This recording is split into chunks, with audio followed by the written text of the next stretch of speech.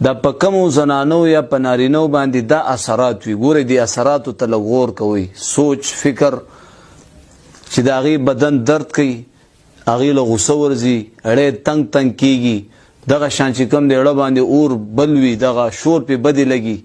دا اثرات چې په چا وي، اکثر یې زنانه چې کوم دی دا کوپړی چې کوم دی سوځي او دا بدن ټول دردونه کوي، دا ټول اثرات وي. زما محترمو دا اثرات به د خپل بدن څنګه پاسئ؟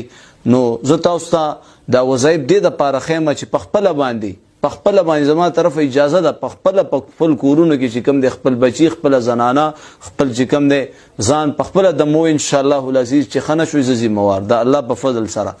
نو اول چې کوم دی وزل به درود شریف وای، چې کوم درود شریف تاسو له درځي، وزل به سورت فاتحه وای، وزل به سورت اخلاص وای، وزل به بیا اخره کې درود شریف وای.